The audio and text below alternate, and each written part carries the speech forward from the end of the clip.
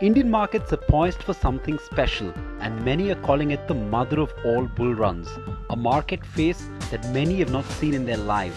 So how best can investors play this market, and how can we identify the opportunity to create wealth? Here's a special from ET Now with two market veterans, Ramesh Damani and Kalpraj Dharamshi. We're calling them the Market Masters. Ramesh began by talking about the rate cycle turning and how that will affect the markets. I truly believe that in India we're in an exceptional place. We could actually break away from the pack. We are not living at 1% interest rates. We are living at 9, 10% interest rates. In fact, they're more likely to come down than go up in India. So that's a huge anti-gravity pull for stocks in India. That's one. But let me first make the case which, Ravi made it with an example. I mean, he quoted me as saying that bull markets are miraculous in nature and they change it. And let me just give you the intellectual defense of that, Kalpraj. And then you can share your experience. You know, as Kalpraj said, I like to read a lot. And one of the bull markets, the most fascinating bull market in the world, in equities, occurred in Tokyo. Tokyo, as you all know, after World War II, was a complete bombed out place. There's despair on the street. They're basically conquered by Americans and, had no self-confidence left. And yet, 15 years after World War II, they hosted the Tokyo Olympics, the 1964 Tokyo Olympics in Tokyo.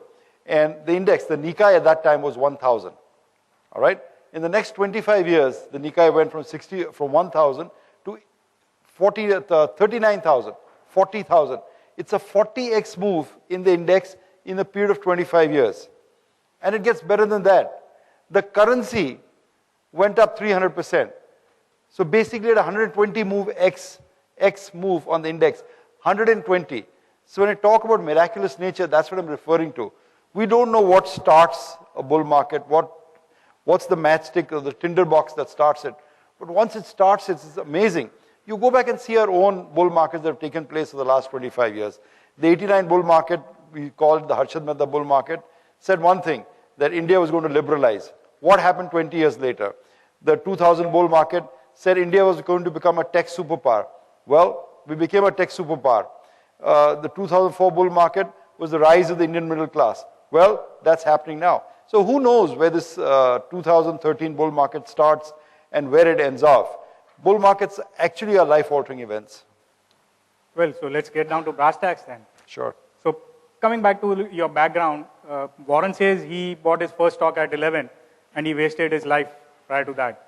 So how many years did you waste before buying your first stock? A lot more. My father was at my despair. I mean, I must have been, 25 plus. And I was always very interested in reading, Kalpraj. But you were in the US. I was living in the US. I was working in the US. I was one of the, the first generation of techies. I used to work as a programmer in America. Lots of our kids and friends go there now, but I was there in the 77 batch. I'm that old, right? So no need to disclose that. Lots of hairs missing here. But I would read a lot, and my father always wanted to get me in the stock market because that's what he did. So he made a great proposition to me, and that actually worked to my benefit. He sent me a check in 1981 for $10,000 US, and he was living in India. $10,000 in 1980 in India was a fortune, all right? 10,000 US dollars. How you arranged it, I don't know, but he sent me $10,000 there. With only one condition. He said, invest it in equities. If you lose it, no questions asked. If you make 3 times the money, it's yours to keep. That's it. Seemed like a fairly good idea to me. The only condition was that I invest in equity markets. That was the only thing. So I took the money and maybe I started investing around 82. And 1 year later, I was down 90%. Clearly no one coming to my PMS scheme, right? But it taught me some important lessons. See, the important thing there was, the US had just started a bull market. After 20 years, the US had broken 1,000 and was going up. And I was enraged. I said, in the middle of a bull market, how could I lose 90% of my money? And I came, as I read, and I did an internal, it was a cheap education, Kalpraj, let me tell you that. Because I understood what I did wrong. In 1982, I was driving, looking at the rear view mirror. What had worked in the 70s? Gold stocks and oil stocks, all right? So I was reading magazines that said, oh, this gold stock, Hecla Mining, is down 80%. Or this oil stock is down 75%. They are bargains. So I bought those stocks thinking they were bargains. After I bought them, they fell another 90%. Right? So that's how I lost my 90%. But there's an important lesson that investing is about looking ahead. Investing is not about looking at past market conditions only. It is important to understand them. But investing is also about looking ahead. So that was a lesson that stayed with me through my life. When I came, for example, in '89 to start my own brokerage business in India, the street was abuzz with people excited about cement. And cement was a big driving force. And the Panwala could tell you the price of cement in Raipur that evening. And that, of course, led to a blowout and boom. But because of my tech background, I could focus on a new company called Infosys that had gone public, a company called CMC that was just listed by the government. And we made enormous amounts of money buying those stocks. So, for everyone, sometimes you lose money, sometimes you make money, but understanding the intellectual framework, and I think Ravi did an exceptionally good job of putting the intellectual framework of today's market for you. I think understanding the market, understanding basically that the best investor in the world, compounds at 21%, right? And he's done it already at 33%. So, you're on a good wicket out here. It's the trick in the stock market, my friends, and I think Kalpraj will also agree to that, is not that, you try and hit, it's not a T20 game, you try and hit, sixers or try and get, the fastest 50. It rarely happens. It's good, makes television, it makes for good drama, but it rarely happens.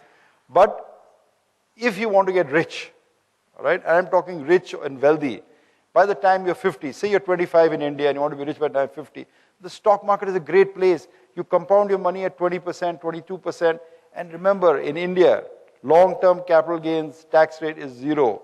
Dividend on capital is 0. You go and put your money in a fixed deposit, you're not only getting eaten by inflation, you're also taking 30% and giving to the taxman. So please consider the considerable advantages we have in equity investing. So what happened to that $10,000? Where is it now? Yeah, I blew it up. I actually blew that one up. That was gone. He is bought MasterCard. That was a separate. That's a new life. I mean, okay, so that 10,000 I blew your up. Education fee. Yeah, that was the education fee. But in many ways, my old man was very sensible. That was the most valuable lesson I learned. Maybe not in 4 years of education in America, but and I think he intentionally did that. He realized that I'd lose it, and he avoided the temptation to try and tell me what to buy and what to hold. But I think that 10,000 made me so angry that in the middle of the greatest bull market the US ever saw, I had lost 90% of it. So that propelled my journey to be how to look at stocks, how to look at markets, how to find better investments, what constitutes a great business. All questions that Kalpraj and I grapple with every day. No, so your dad pushed you initially towards the market, much like my dad. He was in the markets and I joined him. But other than your father, who have you learned the most from? Warren, of course, you were going to say. Other than him, who are an inspiration in the market? Hindi में कहावत है, संगत का बहुत बड़ा फर्क पड़ता है. There's a select group of people that believe in the power of a great business and the power of the markets to create wealth. And it was my good fortune that when I landed on Dalal Street, I bumped into those characters. I think most of them, Kalpraj may have shared with you. Rakesh Jhunjhunwala, Radhakishan Damani, Nimesh Shah, Kalpraj himself. He and I both started virtually the same platform in life, struggling to get in. So it was a great lesson for a young man coming back from overseas and to interact with this greatness. We all buy different stocks, and people find that hard to believe.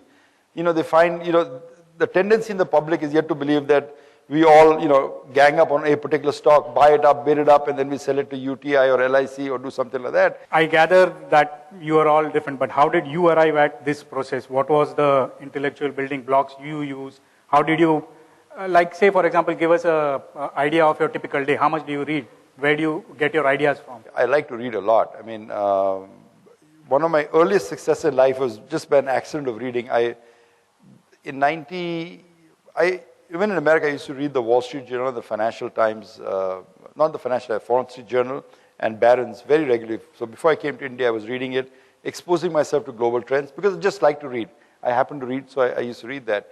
And then one particular day in 93 maybe, when I was reading the Wall Street Journal, I found a small 4-line item on an Indian company. And the paper almost fell out of my hand. India was not covered in 93.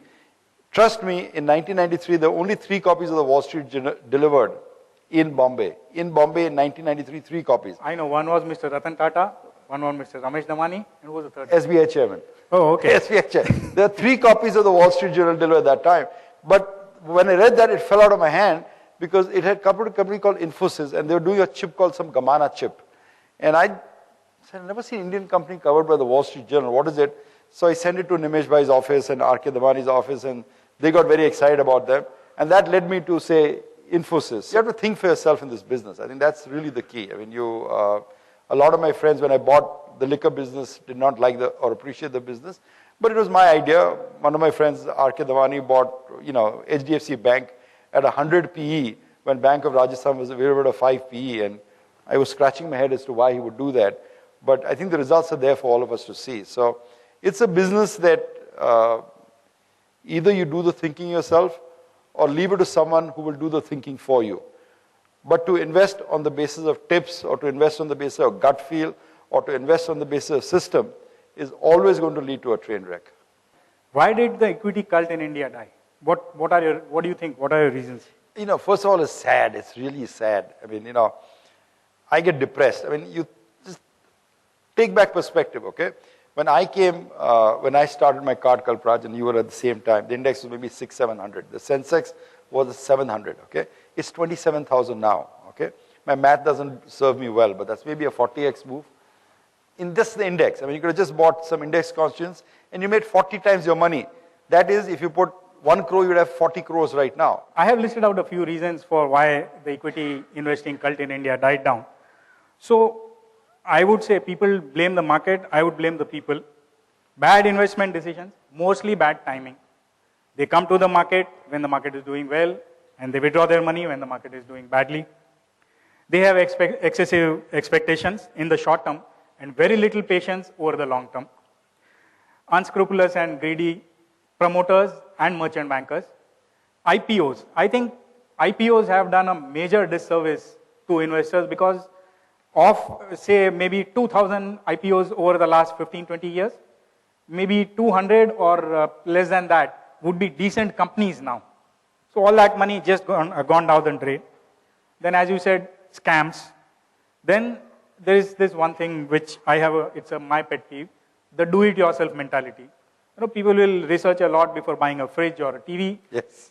Before buying a stock, probably they'll call up their broker or their friend, and that's it. That's about, they'll take lakhs worth of investment decisions. They'll take someone's tip in the lift and put 20 lakhs in it, and for a 40,000 rupee cell phone, they'll research it for 2 weeks. People look at that one number or the Nifty, one number, and they decide everything about the market from that one number.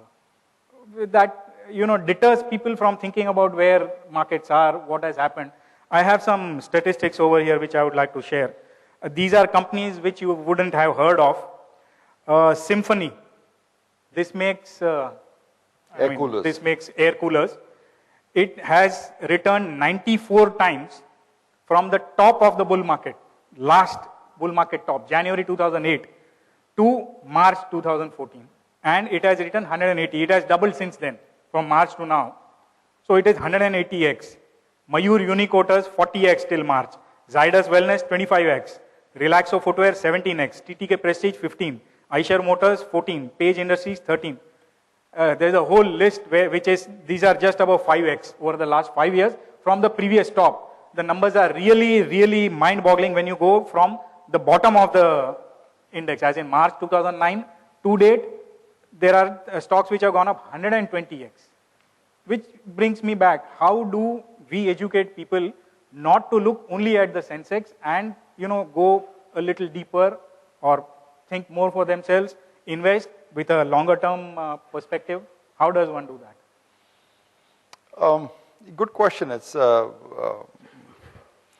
I don't do any, as you know, Kalpraj, I don't personally do any large cap investing. None of the most smart ones do that. Even I don't, Ravi does. Well, what we do, I think what Ravi would also do, I know that, and what Kalpraj would also do, is that we try to find great businesses at a fraction of the value, or what they think they're worth. And I don't really care whether it's a Sensex stock, it's a Nifty stock, or it's a BSE 500 stock. Okay, I'm looking for a great business, good management, and cheapness. Those are my three criteria. Now you will say that you want liquidity, so that's why you go to the top 30. Yeah, if you want to pay that price, you go there. But let me tell you, Wipro was once, a most illiquid stock on the BSE, and it's gone up 1,000-fold in the last 25 years or so. So there are any number of stocks that you can find which are small, illiquid, and will then go on to become national leaders over a period of time. Titan was running a few shops at $40 stock. A lot of fortune is our common friend Rakesh says that I want to find small cap stocks that will become large cap stocks.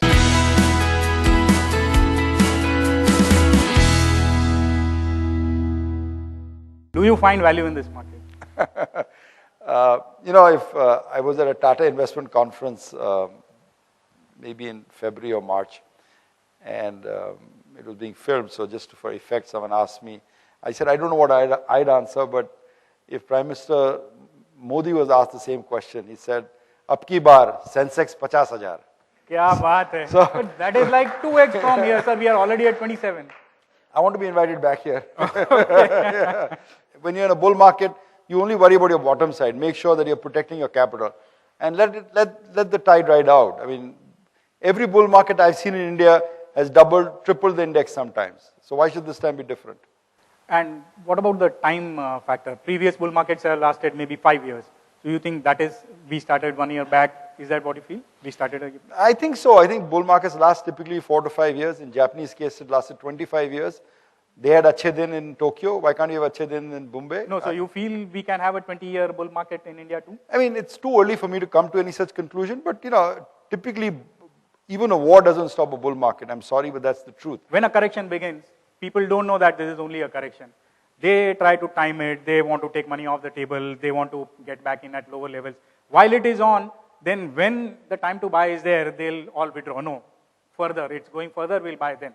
So how does, or whether does one try and time a correction, or one sits it out, and how do you have the fortitude to watch your stock go from say 100 to 70? I bought a share 5 years back to illustrate the example. Called MPS. So they split the company in two, gave you $70 cash back, gave you $30. The value of the residual share was $30. A company got listed at 40, 45, remained there for years. But they were doing the BPO business. I was very bullish on the BPO business as such. So they kept doing things. Suddenly some management change happened. New energy was instituted in the company. The stock's now, something like $600. But beyond that, they've just declared a dividend of 15 rupees.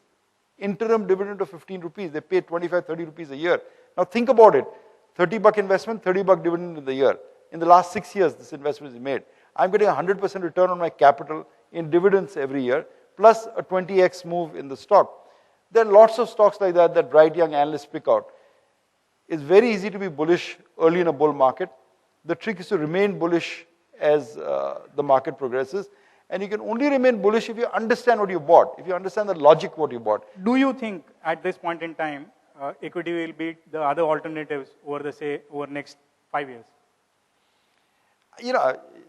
Someone with 98%. If I can say, the background to that is, whenever a client approaches Ravi, he says, my money is stuck in real estate. I want to sell that and put it into equity. That is the background. People have overweight, big time overweight on equity, real estate, and very low exposure to equity. They want to move. The returns are now on equities, but the money is still here. It's stuck. So, yeah, sorry, you go ahead and do that. See, I can't put a gun to your head and say, put in equities. I can only describe to you my experience. Will it overperform over the next 5 years? I can't say, but I got 98% of my wealth in equities. That should tell you something of where I stand. You clearly tried to, that was a very nice way of answering that question, Ramesh. India reached $1 trillion in 50 odd years. Next came in 7, then 5, then 4. I think you have not yet reached, sadly to say, your billion. I think when you reach the billion, the next will be like 20% of the time. And your best days are ahead, sir, in terms of wealth. We'll drink to that with United Spirits. For the more serious, more advanced investors amongst you, how do you handle corrections, bear markets, ignore noise? I can tell you there will be a drought, there will be flood, oil prices will go up, inflation will be up, Ukraine will happen, somebody will fire a missile, there will be assassinations, the whole gamut of things. How do you handle that? I tell you what helped me, Kalpraj, that market goes in two cycles, bullish market and a bearish market, okay? In bullish market, you can't own enough equity. In a bear market, you don't want to be in equities, you want to be in cash because by definition, even the best, highest quality companies will be down 50%, right? There's nothing you can do about it. That's a fact of life. So I always try and figure out when is the bull market topping out. And there'll be ample signs. The way the game is played is that overnight no one is going to pull a rug on you. There will be signs constantly on the way that the bull market is aging and it's about to go. And one thing, let's be very clear about this. There is nothing called a permanent bull market. All bull markets end. Might be 3 years down the road, 20 years down the road. But there has not been an asset class in the history of the world that has been in a permanent bull market. All right? So this bull market, like other bull markets, will also end. The Japanese bull market also ended. And so will the last street bull market of 2013. It will end. What are the signs you look for? A lot of leverage in the system, a lot of nonsense. People will come and start talking that people who won't invest in equities will come wanting to invest in equities. The IPO market will be very, very frothy. The QIP market will be very frothy. Everyone will start talking that India is going to become the next, biggest market, or despite what has happened. I'll summarize it, okay? The panwala will start giving you tips, okay? The person who's, I used to say my mother-in-law, but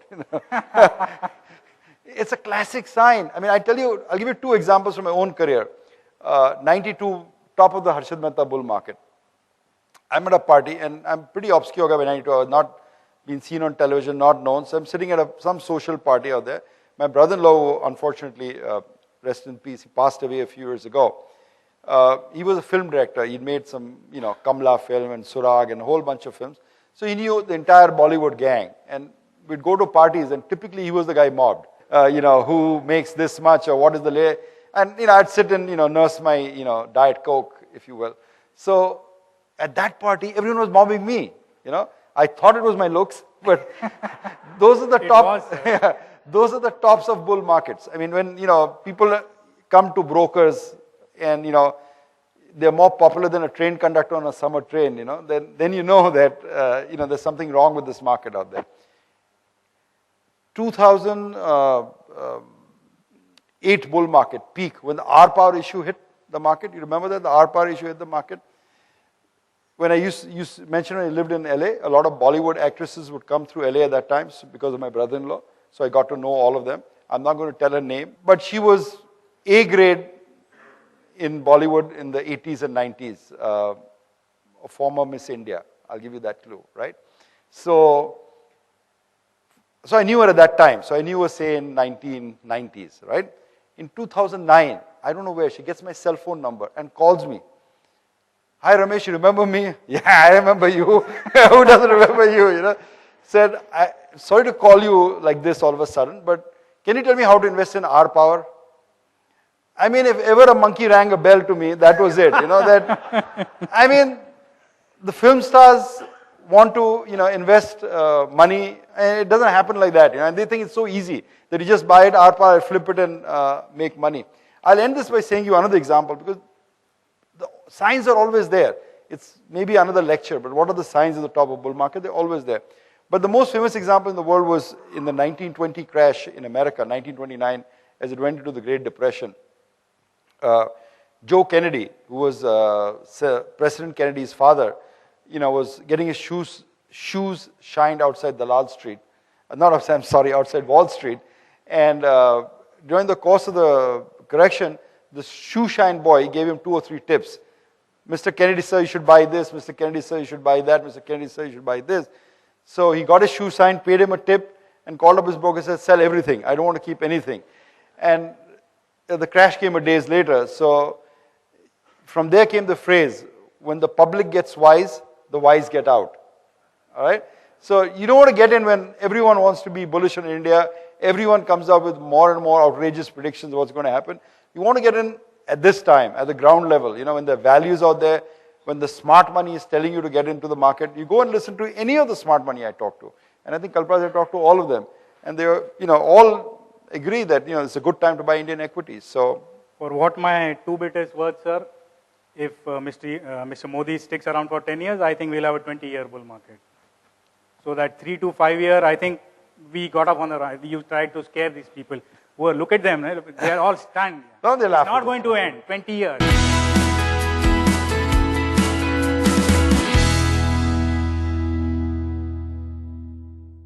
Find us on Facebook at facebook.com/etnow and don't forget to click the like button. You can also follow us on Twitter at etnowlive. To stay updated with all our programming, hit the subscribe button on our YouTube channel by logging on to youtube.com/user/etnow.